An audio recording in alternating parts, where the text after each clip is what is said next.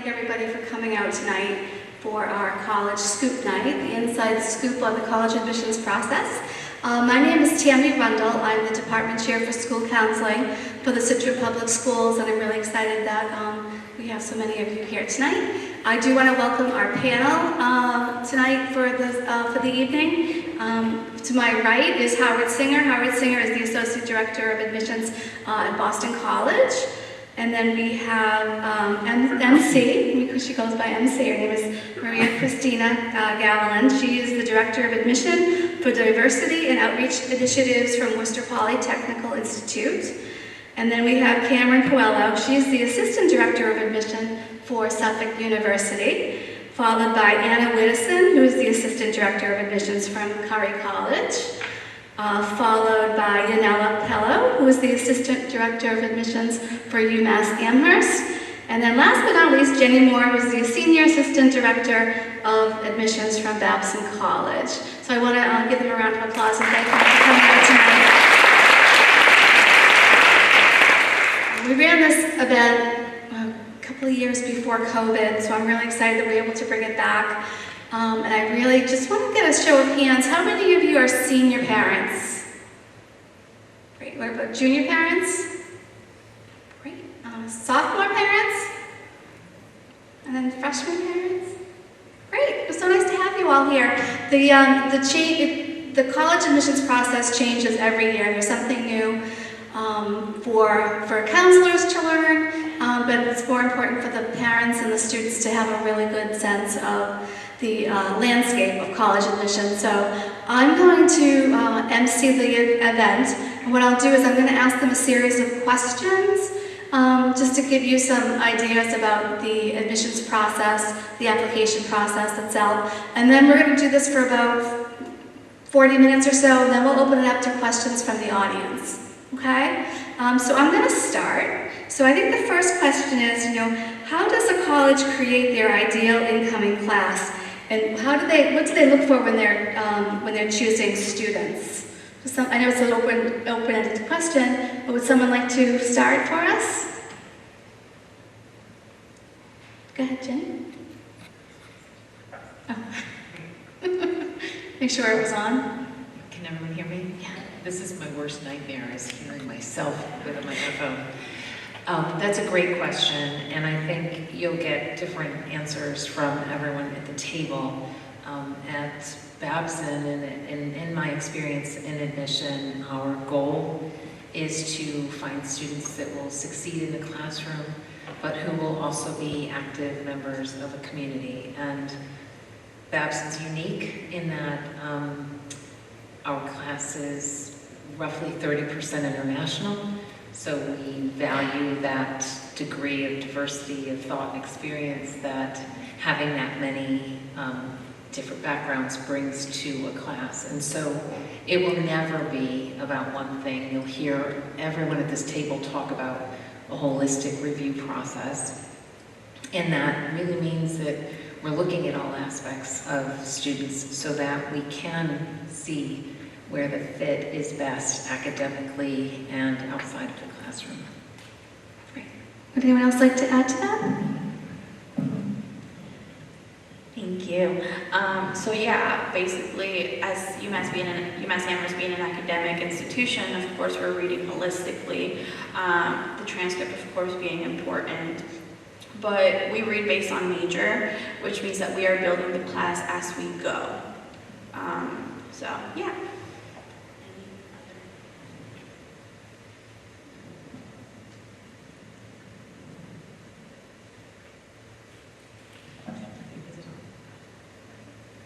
Okay. I would just say for WPI, we have a project-based curriculum, so we do look at collaboration. We want students who want to connect with others in the classroom and enjoy they can demonstrate that through a variety of different ways, but if they've done anything when it comes to being part of a team or leading or just working in a group, that's something that's really important to us as well. I'll add just one more thing. At most of our institutions, most of the schools you'll probably end up applying to, there's many more people who are academically qualified than there are openings. You can't admit everybody. The things that oftentimes distinguish you as applicants or your children would be those things that are far more subjective. So, a lot of times we can refer to them as tiebreakers, or how challenging is the senior curriculum, with so many people who aren't seniors here. It's a good message to send, I think, that you should continue to keep challenging yourself. Everyone is under the perception that the most important year that colleges look at is your junior year. And I've always thought, in my 39 years of doing this at Boston College, that's true up until the first day of senior year. And then that year oftentimes sends the message about you're still excited about academics, you're still really challenging yourself. But the other things that you do, the activities, the clubs, the leadership, the work that you may do, those are things that are very much distinguishing characteristics. So, you want to continue to do those things, and if you're 15 or 16 years old, if your children are, just starting in high school, those are things that you want to encourage them to find what they're passionate about, continue to do it, because that, in addition to being strong academically, is going to make a big difference. Great, thank you. My next question is, once a student's application is complete, can you walk us through the review process, and how many people review a student's file before making a decision? So as soon as a student's application is complete, it is reviewed by one person. I'm speaking for UMass Amherst. After it is reviewed by me, let's use myself as an example, it will go to my director and my associate director for phasing. So basically kind of just, resolve some nooks and crannies. I'll add to that. From Curry, similarly, we review by territory. So each of our admission counselors on the counseling staff has a geographic territory that they review their applications. So I am the reader for Plymouth County, which includes Scituate. And I would take a look at the application. If I feel that I can make a decision on the application, then I would admit the student. If I had any questions or there were any things that I didn't feel comfortable making the decision on and letting that student into Curry, I would send it up the ladder to my director, where it would be reviewed by a committee.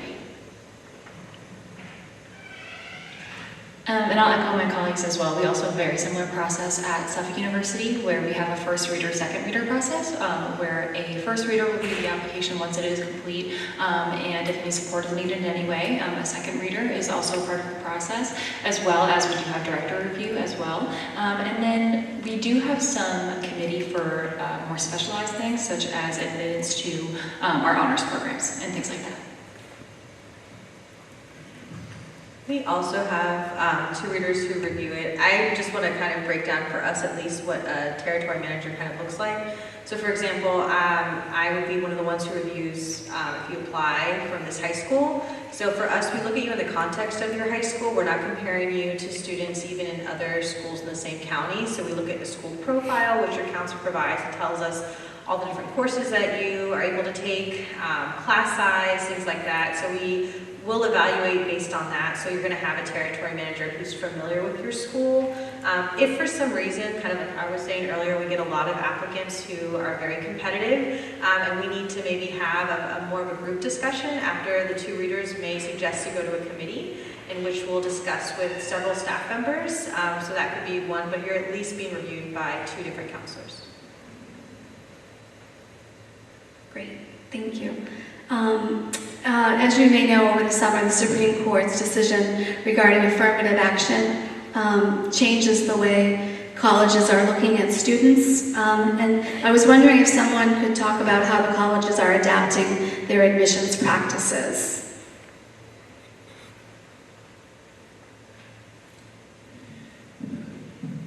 I think that people think it's going to be a sea change, and it really isn't. It's more of a gradual change. We will not see any indication on an application about someone's race or ethnicity. If that goes to the heart of a student's story, and they want to tell that story in an essay, if they want to share information with counselors or teachers who are going to be writing them recommendations, That is all a legitimate thing to do. That's part of the ethos of the student. They want us to know that. That's absolutely fine. But I think most colleges are adapting to more of a socioeconomic background, or what in the vernacular that we would refer to as Pell-eligible first-gen students, people who may have come from a challenging background, irrespective of what that background is, and you want to be certain that at any institution there's a critical mass of students who have shown that they can overcome any kind of adversity and still succeed. So that's sort of what we would be looking at. I just want to add, I do a lot of recruitment in diversity, and I think I'm going to speak on behalf of WI, but from the conversations I've had with a lot of admissions, I think all of our universities value diversity and inclusion, and we always look for that in a variety of different ways, not just at a student's race or ethnicity. I know that we value student diversity when it comes to diversity of thought, perspective, lived experience, and so we encourage students to share that whichever way they feel comfortable doing that. And I think that can be shown in a variety of different ways. I personally, as a woman of color, don't ever want a student to feel like they have to talk about their identity in a way that comes from more than just, I think more than just resilience. You can be very dynamic, and so I think that's up to all of us as admissions to determine how we evaluate that. But for students, or if you're asking anyone like a counselor and you want them to include any part of your identity and lived experience, and you think that it will provide more context to us, I encourage you all to share that however you feel comfortable. Excellent, thank you. So my next set of questions has to do with early admissions. I was wondering if someone could explain the difference between early action, restrictive early action, and early decision.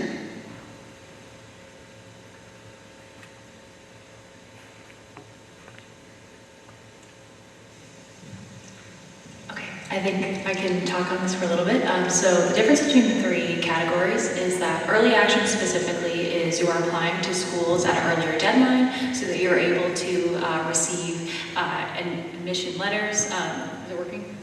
Admission letters at a specific point earlier than the regular decision deadline. Restrictive early action has to do with applying to one school early action, so you're not able to apply to multiple schools early action. However, if you are admitted to the university, it is not binding for you to attend that university, whereas early decision is a binding contract where if you're applying early decision, you are also wanting to commit to that school. Thank you. So what are some of the important points for students to consider when deciding to apply early action or restrictive early action or early decision? There's a rumor that if you apply early for admittance, there's more financial aid available. People could just speak a little bit about the early applications, the benefits, the challenges. That's a very common question, especially Scituate. We have over 60% of our students apply under an early action or early decision program. Jenny, did you want? So I will say that a lot of it depends on the student and what the current academic year looks like. To Howard's point, senior year matters. I'm sorry to tell you that. For those of you that thought you were out of the woods. It's important to know what the current academic year looks like, and sometimes that makes a November 1st deadline pretty tough to meet in terms of having the supporting materials ready, the assessments, the transcripts showing what a counselor might want to see when they're reading your application. Obviously, the binding nature by definition of early decision is a serious matter that you're taking into consideration, that if that institution offers you a spot, you are packing your bags, you're definitely going.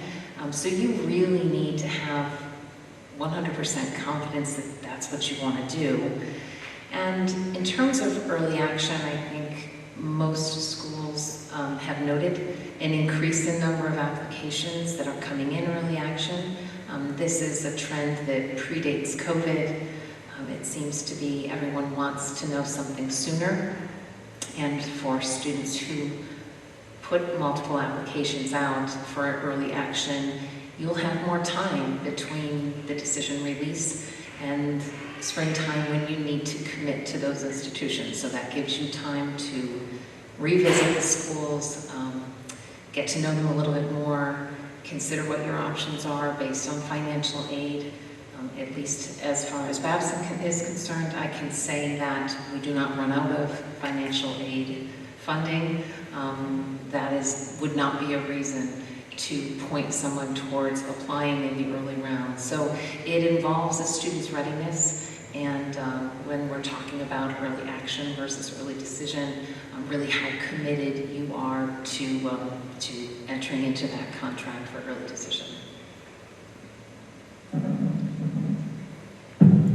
So I'm not sure if any of you guys know this, but with early action, there is a chance that we won't get to see your senior year grades. So going back to seeing if you are in good academic standing, if you feel like you would benefit from an additional quarter or semester, please wait until regular decision.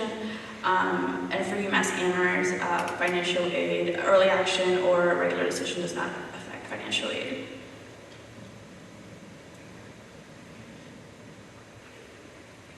I would say with early action, for us at least, we have early action 1 and 2. Some schools do, and that is because some students are concerned about grades. At least I encourage students to strongly consider applying early action, because for us it shows that you are interested. Some schools will look at that as demonstrated interest versus regular decision. And also, if we feel like we need to see more, if we're kind of on the cusp, we can always request senior year grades, or you can submit them, and you still may be in the review process. For our early action 1, we release decisions in January. For some students, that may mean you have quarter grades you can submit to us. It may not be before our deadline, but you may have them afterwards, so we can review that. Every school is different. I would encourage you to maybe ask. For some, you're going to see more of their class maybe made up of early decision or early action. For us, I know at WPI, the majority of our class is made up of early action applicants. So for that reason, we do strongly suggest students, if they're between early action or regular decision, to apply, because sometimes when we get to a regular decision, just as kind of Howard was mentioning earlier, we have so many students applying. If the majority of our students have already applied and we reviewed them, we may not be having as many seats to offer. And so sometimes for us, while we have an overall certain acceptance rate, early decision acceptance rate may not be as high, just because of the amount of applicants that we've already admitted. But like I said, every school can be different. Similarly at Curry, being on the smaller side for colleges, we do have a limited number of seats. We have one program in particularly, our nursing program, which is a popular program at nursing at Curry, and we do have a limited number of seats to offer students. So in that sense, I would recommend applying early action if that's something that you're interested in, even in terms of just being proactive in the college search process. We certainly do take into consideration the students that are applying early, demonstrating interest in the college. We actually don't have an early decision requirement, so we only have early action and regular decision, and we are rolling admission. So as students submit their applications, we read them as they come in and return a decision in about 2 to 3 weeks. One other point. So for my first 35 years at Boston College, we were early action, did not have early decision.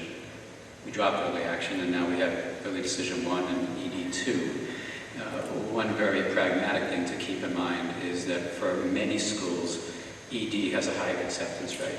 So for even much highly selective institutions that have a very low acceptance rate, there's a good disparity between regular decision, because we're going to lock you up, and we know that. I mean that in the nicest possible sense.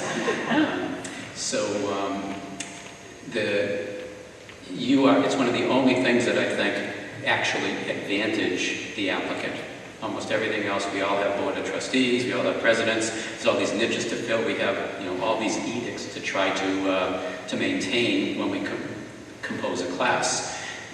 So if as Jane had answered about this and a few of my other colleagues, it's a serious thing applying ED1. You have to be certain. You don't want to do it unless you use the tool that every college in the country is required to have. It's called a net price calculator or a cost estimator. If you think as a family you're going to require need-based financial aid, you want to find out before making this commitment in advance that it's going to be affordable. And some schools have multiple tools for doing this, but at least use one of them. And the tool is only as good as the information that you put into it. We've released a couple of students in the last year whose parents did not fill out, accurately. One of them missed by a couple of decimal points and thought they were going to get about $50,000 in need-based financial aid. They got $5,000. So I don't know many self-respecting institutions that are going to force somebody to go when that kind of an issue comes up. But when you think about a higher acceptance rate, and the other thing that I want to point out is about the serious nature of ED. The student signs an agreement. A parent signs the agreement. And your counselor signs. So there's 3 signatures. So insofar as it's a binding contract, it pretty much is. It's one of the most serious things you can do. So be sure you do your homework. But you also want to find out, is there an advantage if you're torn between 2 schools and one's ED, and that's something you may want to, you absolutely would love to go to that school. It can well advantage you to apply early decision. Great, thank you. My next question is tailoring on the early admission. How are colleges handling the new FAFSA form that's expected out in December with students applying for early admission? I'll do a quick one on that just because before we came in, I just sat up here and I was getting that question all throughout my week in New York City. Most of the colleges in my school, we will use the CSS profile in a family's tax returns, and the tax returns need to be 2 years old, and we will do an award for someone who applies ED and is admitted. We will call things, we won't use the federal terminology because the FAFSA wouldn't be able to be sent in, so we'll call something a grant, and then maybe later on it can become a Pell Grant, or you might qualify for work study, which is a federally funded program, not institutional. But a lot of schools, knowing that the FAFSA is going to be delayed way beyond when it used to be, are still going to fund, and that's going to be different for some other schools too. I'll turn it over to my colleagues. So we already required, if you were looking for need-based or inquiring about need-based aid, the FAFSA and the CSS profile. So we'll be given an estimated package to students who apply early decision using the CSS profile, which is kind of what we've already used. We've looked at the institutional matrix for financial aid for a while, so it should be fairly accurate unless there's something completely different that shows up on FAFSA, but it'll be an estimated package that we provide students. And just to hop on what my colleagues have said, that at FAFSA we will be ready December 1st when FAFSA is ready, and that you should be able to queue up a lot of your information. And if you are on it on or around December 1st, then we should be able to do our work. And at the time that we release decisions, right around the 3rd week of December, give a package. So it will require a lot of people kind of being on it and ready, but we will also use the profile and be able to offer those packages. If FAFSA is on time, then we can do it with the same accuracy that we have done it in previous years. So going off that too, we will also be ready for early action. We are going to be releasing decisions towards the end of January. So we are ready when FAFSA is. And I would just like to add something quickly too to what my colleagues have already said, is that a great resource for all students and parents as well are financial aid counselors at institutions. So using them at any point in time, every university will be different, but specifically at Suffolk, you can schedule virtual interviews with financial aid counselors, you can call the office, you can email counselors, so they're always going to be a really great resource, and if you need any support when it comes to filling out certain forms, and very similarly, the way we are doing things as well is encouraging students to fill out the FAFSA as soon as they can, as long as of course they have the support systems that they need to do so, but definitely reaching out to financial aid counselors at universities, as well as using your support systems within your school as well, are going to be very helpful during the process. Thank you. So my next question has more to do with the makeup of the application. So I was wondering if one or two of you could speak to the importance of the transcript and the test scores. So at Curry specifically, we are test optional. That's something that changed during COVID and has remained the same throughout after COVID. So we certainly will consider your test scores, and I would recommend sending them if you think that they are reflective of your academic abilities as a student. But we do understand that not every student is a good test taker or may not want to submit their scores, and that won't harm your application if you choose not to send those test scores. So that's just something to keep in mind for Curry specifically. In terms of the transcript itself, that's something that we and most of my colleagues will probably say that they consider as well in reviewing the application. It's definitely not all of what we review. We do a holistic review like most other colleges, so we are looking for external factors as well as demonstrated interest, but certainly hoping that you are able to be successful at the college level. A transcript is a good indicator of that, so it is something that we consider. So for the transcript, what we want to see is an upward trend. That means from your freshman year up to whenever you submit your application, you've been able to keep up a steady incline. You've been able to keep up with rigorous material, whether that's college prep, honors, or AP. That kind of gives us an idea that you can also keep up with our rigorous material. And then in terms of SAT scores, we are also optional. Biggest piece of advice is talk to your school counselor. They know you better academically than any of us. We're just going to get to know you via an application. So this is your opportunity to say, hey, do you feel like these SAT scores really reflect who I am academically? And if not, that is completely okay. That is why most institutions are optional. I will just talk just because we're a little different. We are test-free, test-blind, so we do not review SAT or ACT scores. We are a business and STEM, heavy on the STEM-focused school, so I know that may seem a little bit off, but that kind of means why we focused a lot on the transcript as well as everything else in the application. The transcript, I will say, we do not require calculus. I know for some students, if you're thinking about engineering, there are schools that require it, so I encourage you all, if you are thinking about anything in STEM or even business, there are schools who may have a pre-calculus or calculus requirement, so please contact those institutions to see or look up online. For us, we do have a requirement that we would like at least your senior year to have, or will have completed pre-calculus. However, we do offer conditional acceptance if there's some reason a student has not had the opportunity to take it. And we provide a course over the summer online for students who will be able to take pre-calculus. We do not admit on particular majors, but that might not be the true for every school. So we will look a little bit closer at STEM and math because that's what we focus on at WPI.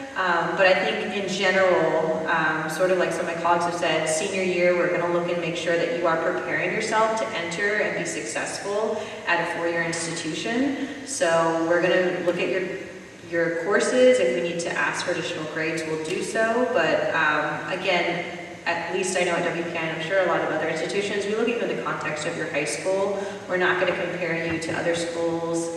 We look and see based on what your school offers in advanced courses and things like that. But we don't review you per major.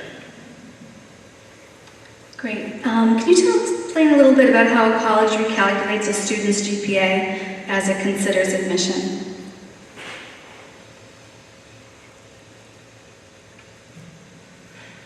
So I don't speak for everyone at the table, of course, because every school will do things differently when it comes to recalculating GPA, but it all depends on the requirements for specific schools, and also it can vary based on the territories that you're reviewing. So specifically, I recruit in Connecticut and Rhode Island, so I read all of those transcripts, and normally there are some schools in Connecticut and Rhode Island that don't have a 4.0 GPA grade scale. Some of them also weigh their honors and AP courses differently. So in those situations, I do have to recalculate to match the Massachusetts standard of a 4.0 GPA scale and having certain courses weigh correctly. So every school will have different policies when it comes to recalculating GPA, but if schools in terms of Suffolk specifically meet the 4.0 GPA scale and also are weighed correctly, then we don't have to recalculate. Great, thank you. Anyone else have anything to add? So my other question has to do with the essay. If you could talk a little bit about the importance of the college essay. How can an essay make or break a student's application, and what do colleges like to see in an essay? This is the piece that really stresses our students out. So if you guys could talk about that, it'd be great. Okay, I can't speak for everyone at the table, but I think we can all agree that by definition, a holistic review process, there will be no make or break component of your application. A good college essay tells the reader something that they can't learn about you anywhere else on the application. So you have found a way, whether you've chosen a prompt, to tell your story, to lift yourself up off the page. Along the way, you talk about what you're interested in, what you're curious about, why this institution seems like a good fit for you. And this is a time when I always try to talk students into flipping the script. Maybe think a little bit less about what you think the reader wants to read, and a little bit more about what you want them to know about you and why you think their institution is a good fit for you. Similar, if you're sitting in an interview, consider yourself interviewing the college or university that you are in front of, because fit goes both ways. And there are a lot of really good colleges and universities out there. You're not choosing a spouse. You're going to go to college. Use that essay as an opportunity to tell your story in a way that only you can. Great. Anyone else? Howard? Yeah. Yeah, I think that was an excellent way of summing it up for lots of schools. Some pragmatic points, maybe what to avoid. If you've never been funny in your life, don't choose your college essay to try to make someone laugh. If you're going to write about a person who's influenced you, a grandparent, I like to think of the curse of the grandparent essay.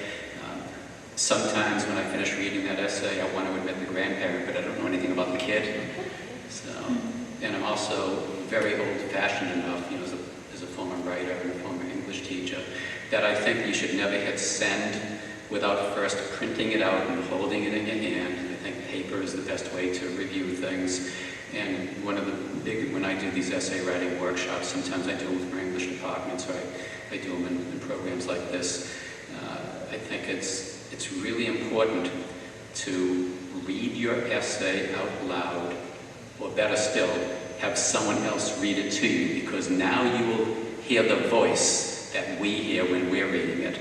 And something interesting, I'm a psych and an English major, but have a little interest in neuroscience, but the brain works in a really interesting way that you can leave a word or words or phrases out, and if you read it to yourself silently, your brain will fill in what it knows should be there. If someone reads it to you, you'll find out how silly it sounds because you left out a couple of words, even though your intent was not to do that. So those are just some quick tips to add about common mistakes that someone who's read about 100,000 essays. Sorry, and just one more tip about a small thing to avoid in essays would be writing about multiple topics in one essay.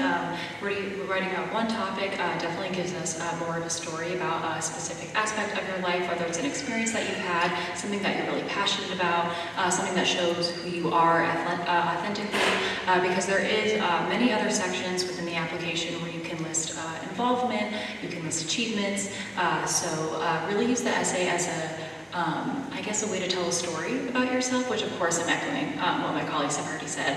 But yeah, avoiding multiple topics is always something to think about as well. Great. Have any of you, how are your colleges handling AI in the college essays? Has that come up? I know there's been a lot of buzz about that, but I'm just wondering if anyone has any good words of wisdom or just to kind of keep students from using it. Chat GPT is something that we talk about a lot at a STEM-based institution. We understand that it can be a tool that can definitely help students and influence different things, but I will say with the college essay, it is meant to be personal, and that's not something that I think AI can necessarily craft that story about you, what you value, what you're interested in. So if you need it for maybe creative inspiration about something, but this should be something that is so personal or personal enough to you that it shouldn't be something that AI can necessarily generate in telling a story. And I think that when we're reading essays, for me, one of the best essays that I think of is a girl who wrote a recipe about herself. And each ingredient was a different kind of dynamic or passion or personality trait. And I learned so much more about who she was and how I could see her on campus than any really other part of her application. So I would say if you need to help, use it to maybe creative flow, but it should be personal to you. So I don't think that AI like ChatGPT can really create something that's going to provide what we're looking for in an essay. Great, thank you.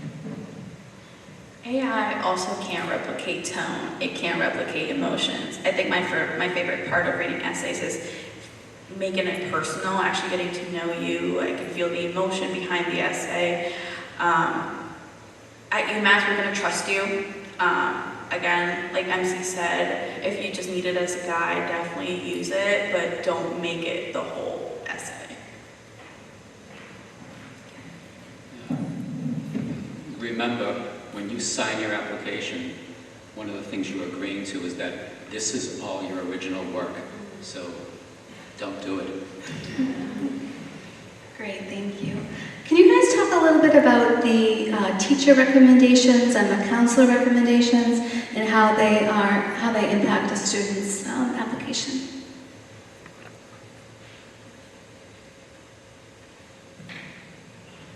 Yeah, I can talk a little bit about this. So every school, again, and as we've already said many times in this panel, every school will have different policies, of course, in terms of how many letters that they require. At Suffolk specifically, we only require one letter of recommendation, so it actually can be a counselor recommendation or a teacher recommendation. But of course, if students do want to send in additional letters as well, we're happy to receive them. But I think the best piece of advice when it comes to recommendation letters is choosing someone who you feel like can give us a very authentic picture of who you are as a student and also who you are as a person. So that can be a teacher who knows you really well that you maybe took a couple of classes with, or a counselor that you worked a lot with that really helped you during your 4 years and was able to see you grow. If you're having difficulty thinking about a specific person that you feel will give us a true reflection of who you are as a student, you can always still use your support systems as well, and maybe ask and see what other ideas that other people can come up with in terms of thinking about someone who would represent you in the best way. So every school, again, will have different requirements when it comes to recommendation letters, but that's probably my best piece of advice. Thank you. Howard? Yeah, a different perspective. So last year schools have many more applications than we do, but we had 36,000 applications. If everybody sent one additional essay, that would add an inordinate amount of time to reviewing that. So someone who submits additional essays, we require a common application. probably speak for a lot of other schools, 2 teachers and 1 counselor. That's 3 recommendations for every application.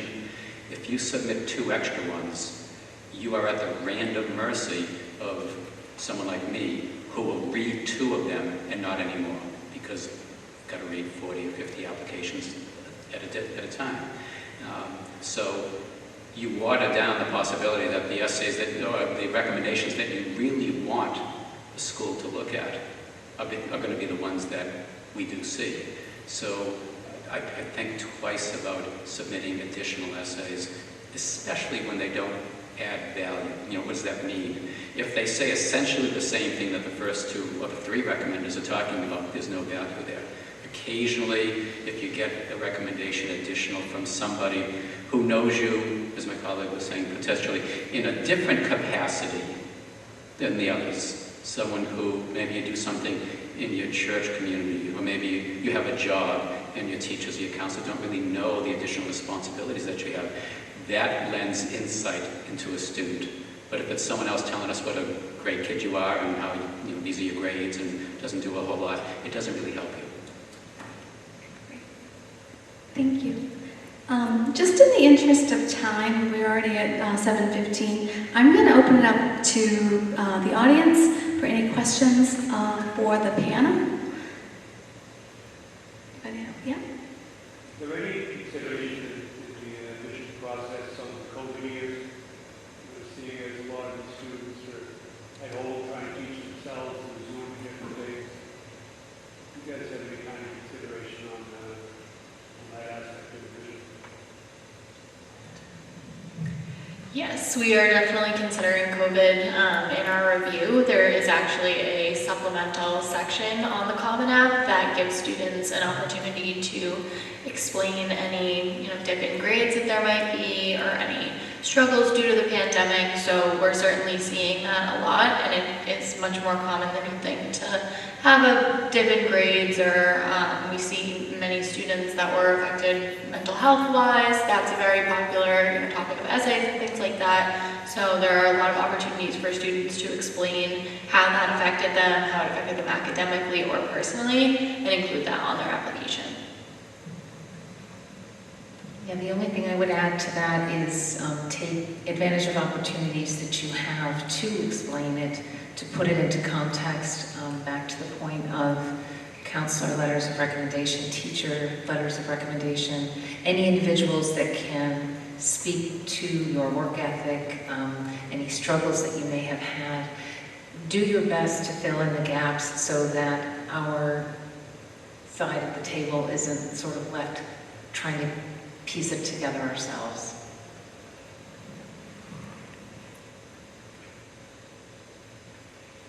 Yeah. I was just wondering, with the fallout of affirmative action, Supreme Court's decision, I was just going to get some articles online that there might be new trends in the admissions process where colleges and universities might be paying closer attention to lower and middle income public school districts in an effort to achieve diversity that you might not have gotten because of actions still in place. And I'm just wondering if that is something that your offices have discussed. Do you see that becoming a trend? Do you think that socioeconomic diversity is going to be getting more attention as a result of the Supreme Court's decision? And where does that leave us in this decision?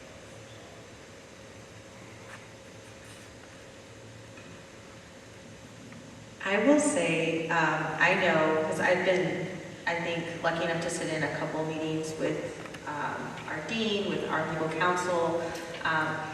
I expect the next few years for colleges to have a couple of different tactics. We've already seen some universities add supplemental essays to talk about lived experience for students to have the opportunity to do that. I don't know, for me personally, it's conversations we've had. We've always talked about trying to be accessible to all students. And I think that's something that we're continuing to recruit for. Personally, I don't think that's something that we're necessarily going to be at this cycle looking and taking into account. different colleges do different things when it comes to how they're building their class and what they're looking for.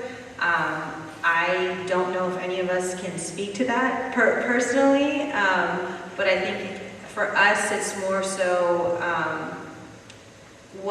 again, looking at the context of students' high schools, even a student coming from a lower socioeconomic status, we don't want to provide any stereotypes to what that student may have, their lived experience or what resources that they have. So I think whatever the Supreme Court rule, each of our offices are kind of going to take that on, and we have the responsibility. I do foresee probably some colleges offering other opportunities for students to provide more context. Like we talked about, context is always important for us when it comes to application in a variety of different ways. But I don't think right now that's something that, personally, I think WPI is thinking about taking into consideration. But we look at the context of which the students, when it comes to outside education, how that could affect that.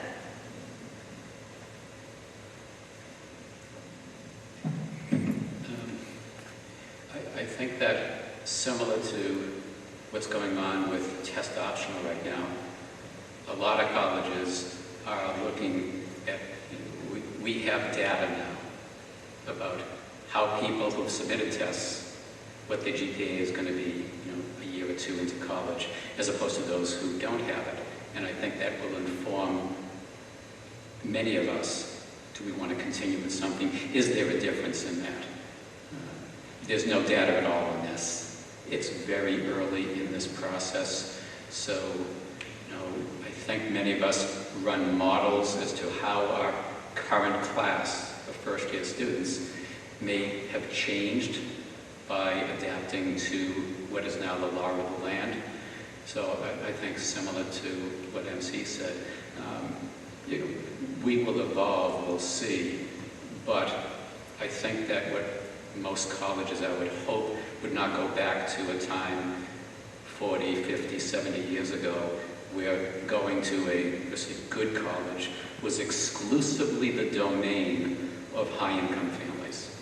And if you didn't go to an exceptional school system, even if you didn't perform well, you were advantaged over someone who was extraordinary, who came from an underserved, under-resourced institution. So, but I think that it's a really, really good question, and we're all asking the same things, and we'll wait a couple of years and see, how can we continue to enroll a class of people who have a variety of talents, a variety of interests, who comprise a really exciting and interesting class. I mean, that's sort of the fun as opposed to the science of this, but to try to have people who come from so many different backgrounds to teach each other, to teach us, instead of everybody who, is from the same type of background. I think that I've even seen an evolution in my institution from, when I was started in the 80s to where we are now.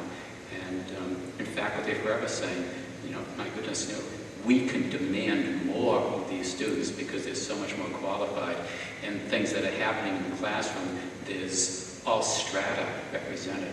So I don't think it's the same as social engineering, but I think that time will tell.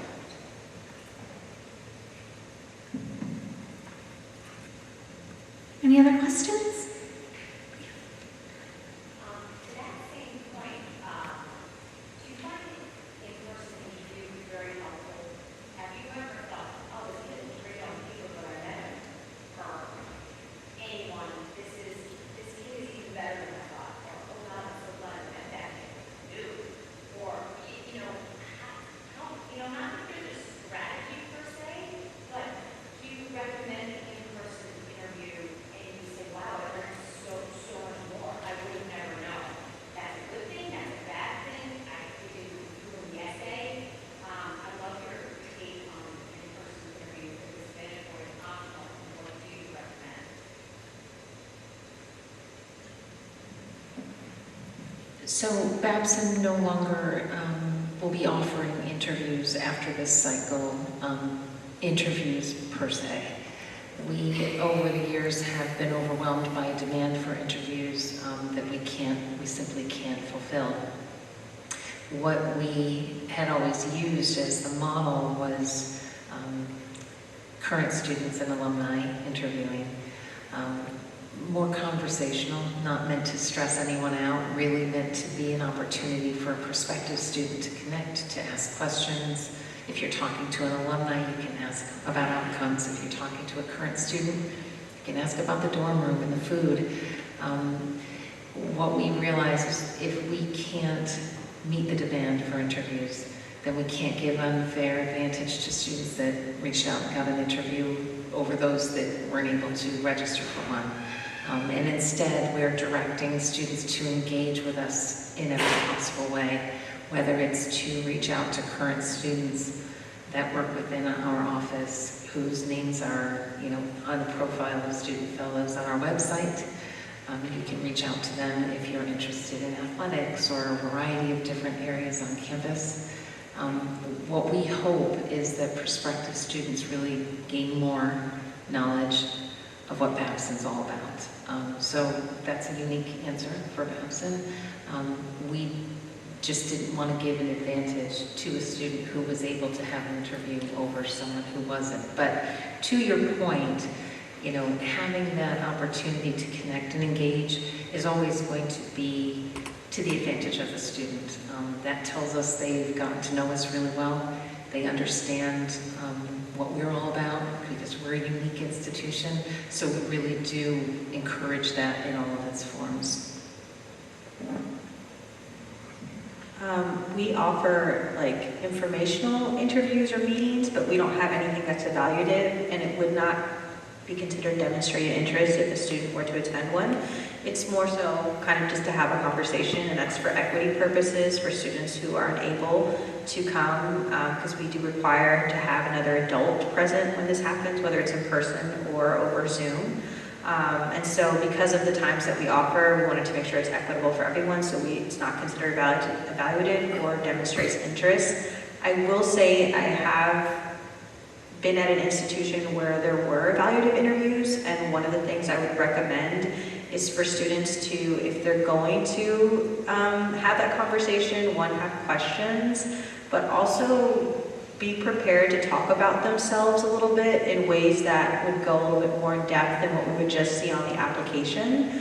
I think I was in interviews, I remember being in interviews with students where we would ask questions about their involvement or a time they could talk about leadership or something that was important to them, and it was dead silence. And so just as a parent, if you have the opportunity to kind of sit down and maybe talk about some things that they could speak about, yes or no questions. Generally, when I've interviewed at a couple different institutions for students, it's been, we want a long response, and sometimes some students are very short. So just think about that, of make sure if you have things you want to write down and have a list of things you want to talk about, or if you think they're going to ask examples. But that's when I did work for an institution that didn't have interviews. That would be the only advice I would give, is just to kind of have students prep for it, not just go and wing it and just be like, oh, because they were going to ask about things that may or may not be what they're familiar talking about. So just know that. Great. We have time for one more question. Yeah, go ahead.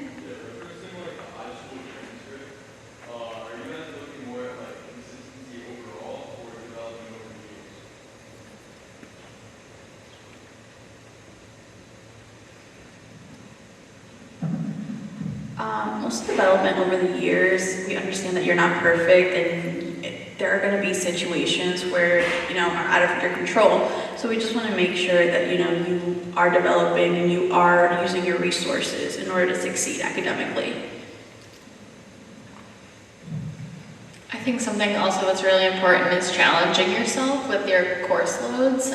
We look at, an AP student versus a college prep student and understand that maybe a B is very similar to an A in a college prep course. So even if, you struggled in a course, still challenging yourself with those different levels and at the level you feel most comfortable is definitely important in our review process. I would also just add accountability. I have seen students who have challenged themselves and maybe took on a bit too much. And If that's the case, there is a place in Common Application, or there's various ways you can kind of address that. I appreciate if I see a student, maybe you took a couple APs and we're seeing Cs and you've been an AB student up until then, to give us some context and let us know. Context is always helpful. It's a word that many of us have used, because if not, what happens is we're evaluating a transcript and I don't know what lessons you learned from that. I don't know if there was anything else. It could have been COVID, it could have been other family issues, health concerns, what happened, to give us context as to why you performed the way you did. Is this a trend that's going to happen in the future? So I think providing context is helpful. If you do have a class that maybe you didn't perform as you usually would, of course we want to see you challenge yourself, but if you have taken on too much, or if there was a course that just challenged you a bit much, we appreciate the student taking accountability and saying, hey, this is what happened and what I plan to do and how I turn that around in the future so it won't happen again. Great. Well, I think that wraps it up for the evening. I want to thank the panel tonight for coming out.